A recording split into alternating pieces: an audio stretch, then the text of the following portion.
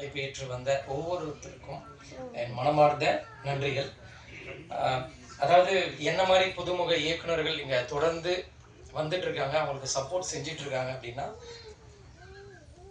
பேரரசு sir ஊக்குவிச்சு support பண்ணிட்டு இருக்காங்க.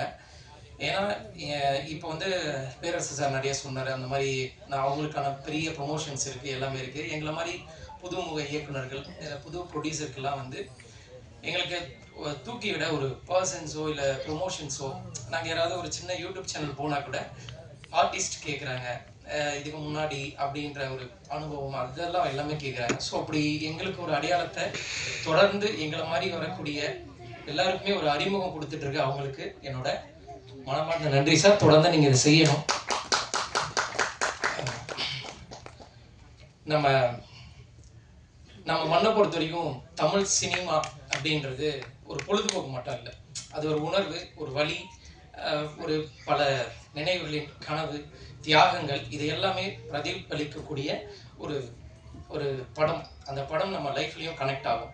So அதனால தான் நம்ம தமிழ்நாட்டில் அந்த படத்துக்கான அவ்வளோ கொண்டாடுறாங்க. அது நல்லா இல்லைன்னா அவ்வளோவும் நல்லா இல்லைன்ற விமர்சனங்களும் வைக்கிறாங்க.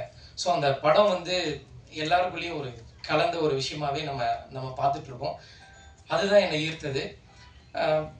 அதாவது சினிமாவில் நான் இப்படி பண்ணணும் அப்படி பண்ணணும் அப்படின்றதெல்லாம் இல்லை, நான் மீடியாவில் தான் வேலை பார்த்துட்டு இருந்தேன்.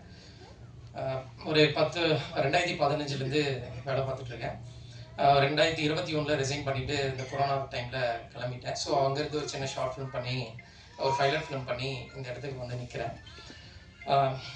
இந்த படத்தோட ஆரம்பிக்கிறதுக்கான முக்கியமான காரணம் எனது நண்பன் கோகுல். ஏன்னா நான் பைலட் ஃபிலிம் அவன் தான் ஃபுல்லாக ப்ரொடியூஸ் பண்ணான்.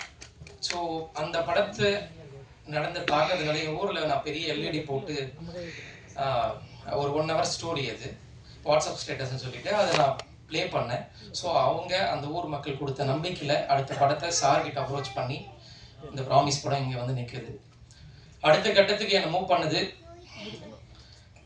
ஸ்ரீராம், எடிட்டர் தீபன்.